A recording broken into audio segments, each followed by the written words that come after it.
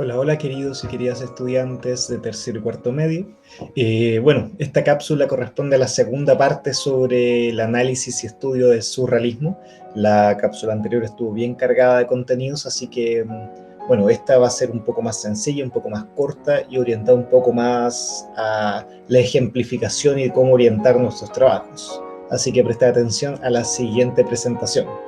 Bueno, la cápsula anterior habíamos estudiado la obra de Max Ernst, por ejemplo, de René Magritte, habíamos analizado las cartas de este juego del Dixit, habíamos profundizado un poco en las influencias del surrealismo. Y particularmente el día de hoy vamos a analizar algunas de las obras de uno de los exponentes más conocidos, por lo menos más populares del surrealismo.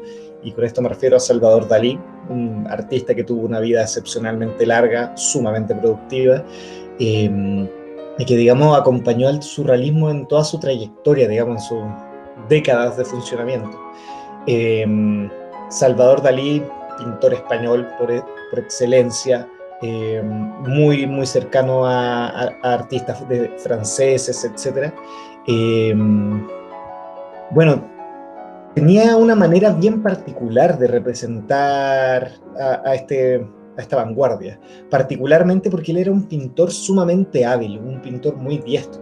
Podríamos incluso hablar en algunos momentos de que él tiene una manera muy, entre comillas, realista de pintar. Él hace una representación mimética de la realidad muy exacta. Por ejemplo, si nosotros vemos esta especie de polilla que está ahí abajo, o las luces, sombras, los paisajes, el tipo era extraordinario. Sin embargo, él se centró en la representación de esta especie de fantasía onírica, de esta fantasía un poco más allá de lo real. Es por eso que en la obra de Dalí nosotros podemos encontrar ciertos simbolismos o arquetipos que son muy reconocibles y muy recurrentes. Eh, una cosa importante del surrealismo es que no necesariamente cada elemento posee un sentido, no es como que podamos dar un significado exacto de la obra, sino que Dalí aquí lo que intentaba hacer era representar esta energía subconsciente, representada a través de este mundo onírico, con distintos elementos. Por ejemplo, muy recurrente este tema de los paisajes como desérticos o como de playas, muy recurrente el tema de los relojes desarmándose o derritiéndose, ciertos insectos. Ahí en clases cada uno le dio el significado que estimó y la verdad es que en estos casos todas las respuestas son correctas.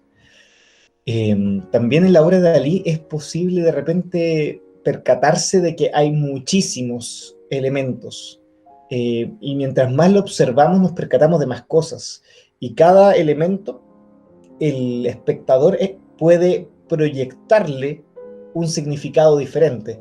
Por ejemplo, aquí analizamos un poco el significado del cisne, este hecho de que parezca hecho de yeso y que está agrietado y hueco por dentro, este tema de el esqueleto como del barco que está ahí al fondo, eh, esta criatura que le salen ramas de la cabeza que está en el triángulo al centro del cisne, o el mismo escenario en sí mismo, o estas quijadas como de caballos que hay esparcidas por ahí.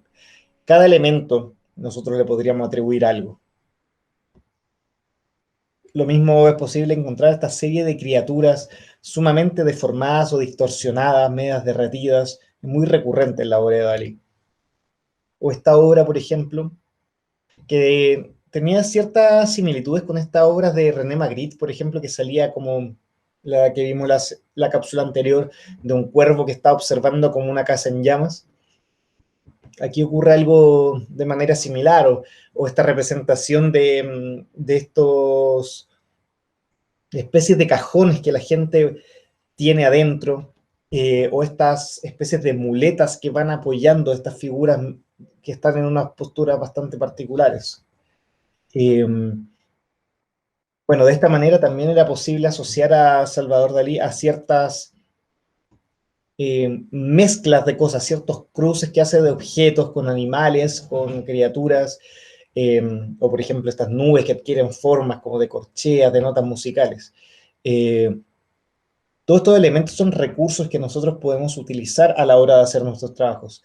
El tema, y hay que tener cierta cautela cuando uno estudia a Salvador Dalí, es que el tipo, como tuvo una trayectoria artística tan larga, era un pintor muy diestro. y no necesariamente nosotros tenemos que lograr hacer algo con la habilidad que lo hacía Salvador Dalí para poder crear una obra surrealista.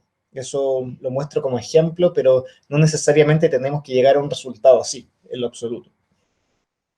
Y bueno, recordar brevemente las instrucciones. La idea es que hagamos esta obra surrealista que tenía que estar inspirada en dos conceptos, que era sueño e infancia, y utilizar como referencia una carta de este juego llamado Dixit.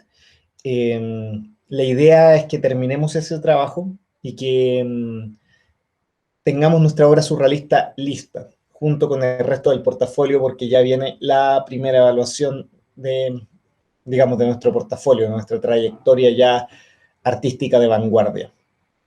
Bueno, eso, cualquier duda, comentario o lo que sea, me escriben a mi correo y quedo atento. Eso, chao, chao.